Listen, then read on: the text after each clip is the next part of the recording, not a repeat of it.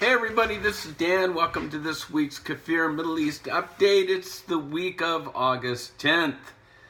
Getting very excited, by the way. This will be the last YouTube for about a month. We will be providing PDF PowerPoints each week. Why? Because we're going to be in Israel. We're really looking forward to this tour. That's not really a tour. It's me and Sharon and our 10-year-old grandson, Jackson. We're going to call this experience the Israel through the eyes of a 10-year-old. We can't wait. We're rafting the Jordan, riding camels. Oh, it's going to be an amazing time. Please keep us in your prayers. As you know, there's a lot going on in Israel right now, but I always will say this, is that I never feel safer than when I'm in the land itself. And even though it's not an ostrich, head's not in the sand in a sense, but keep this in mind, despite the rockets and things like that that have been happening over the last, couple of weeks, the casualty numbers on both sides, of both Israelis and Palestinians, is less than the deaths that took place last weekend in Chicago. I'm serious. Gun violence in Chicago, more deaths, over 60 deaths in Chicago this last weekend. And again, I don't mean to make a light of it, but you probably never knew that, right? But yet headlines everywhere, rockets and etc. So with that in mind, keep us in your prayers. Again, can't wait to get to Israel. And so what are we going to cover this week? Well, we're going to talk about Gaza. We're going to talk about Trump. We're going to talk about Iran, the Iranian sanctions. What else? Mossad, fire kites, pay for slay. So there's a lot of information that we have for you. We try to keep this presentation under 10 minutes. And so best thing to do is to go to our website at holygroundexplorations.com to access the PDF PowerPoint that accompanies this YouTube. There you'll find the complete articles, you'll find photos, pictures, etc. Because many times I might say, hey, just check it out on the PDF. So what's going on this week? Well, let's start with the Iranian sanctions. Iran's in bad shape with their economy at this point in time, and these sanctions that the U.S. now is imposing on Iran will be crippling. If things are bad now, I can't imagine what they'll be like a month from now. And so the question is that will these sanctions actually work? And it can go either way. As you know, if you back your enemy into the corner, sometimes it's when they're most dangerous, and the Iranians could lash out in some crazy, no big surprise there, right? And sort of a crazy outburst of, if we're going to go down, we're taking everybody with us sort of mentality. So, the experts are kind of going back and forth, but Trump is clear. He believes that Iran is the cancer of the Middle East, and he's going to take a much different path than Obama. Now, in relationship to Trump's Middle East plan, the ultimate deal or whatever, I think it's important to realize that the so-called two-state solution, at least with Jewish Israelis, they're optimistic but guarded. They're probably not as optimistic as American Jews are, but I think it's important to note that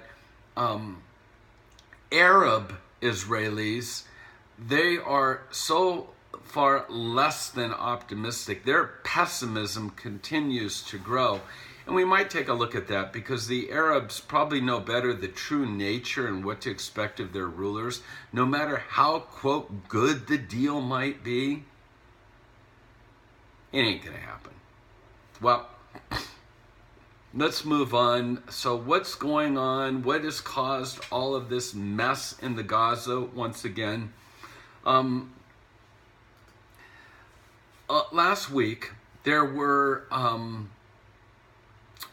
2 Hamas commandos Actually, the report that I'm now looking at says that there was a three-man Hamas sniper team that was on an observation tower on the Gaza side of the border shooting at the IDF on the Israeli side of the border, lying prone. Actually, you can see the footage, the video of all of this.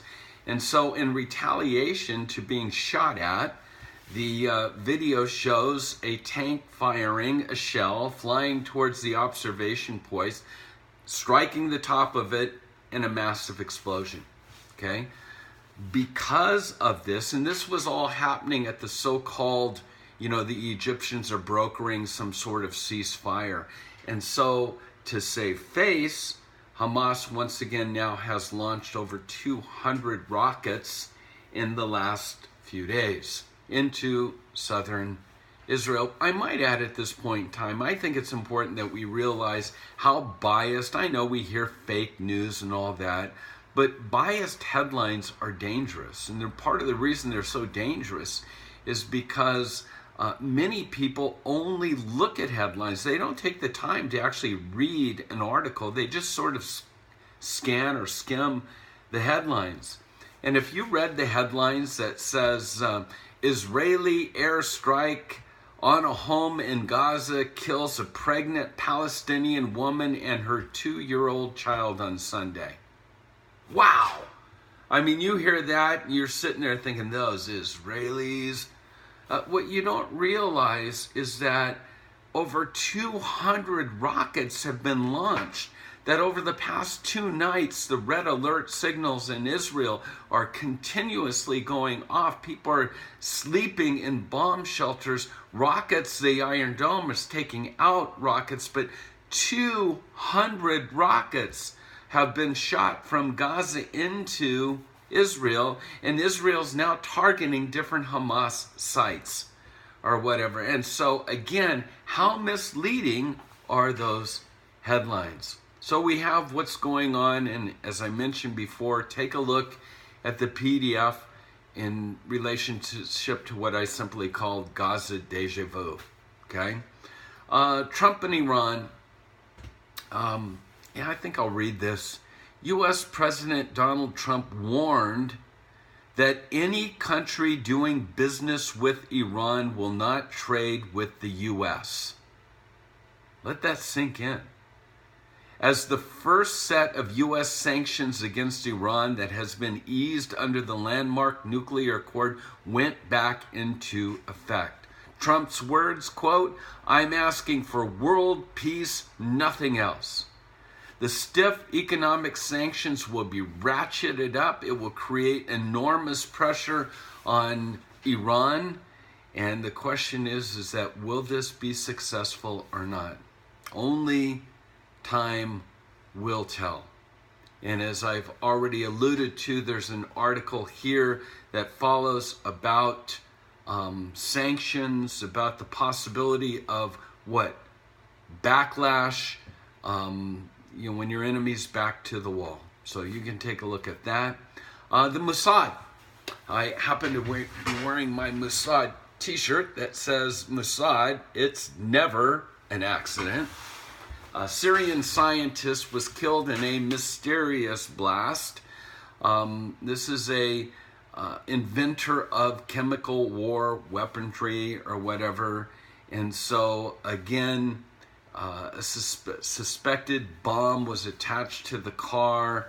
And so the Syrian, the Arab media is basically accusing Mossad, an Israeli minister, his quote, I love his quote, he says, "We don't, of course, comment on reports of this kind. I'm not going to comment now." This is the Israeli intelligence minister, Israel Katz. He told Israeli Army Radio, quote, "I can say that assuming the details of this man's activities are correct and he was engaged in developing chemical weapons and longer-range missiles capable of hitting Israel, I certainly welcome his demise." It's never an accident, right? Running out of time, 10-minute mark's coming up. Just like the kites from Gaza into southern Israel, now we have fire kites in Samaria. You can take a look at that. And I think it's important. I really don't have the time now because of running out of time. Please take the time to read this article that's entitled Pay for Slay. I think it's very important that we get a clear picture of what's taking place and what Israel is up against as they're attempting to negotiate some kind of lasting peace plan with the Islamic Jihad mentality. So please take a look at that. And then Cory Booker, sorry I had to include this. You can take a look at his picture with the caption, "Whoops, you might want to read the sign before you pose." So that's it. This will be the last YouTube until we get back sometime in September. And so look for us there. But again, as mentioned, we will continue to be sending out the PDF PowerPoints weekly for our KFIR Middle East update. With that, pray for the peace of Jerusalem. Pray the situation in Gaza would cease. And I wish you God's shalom.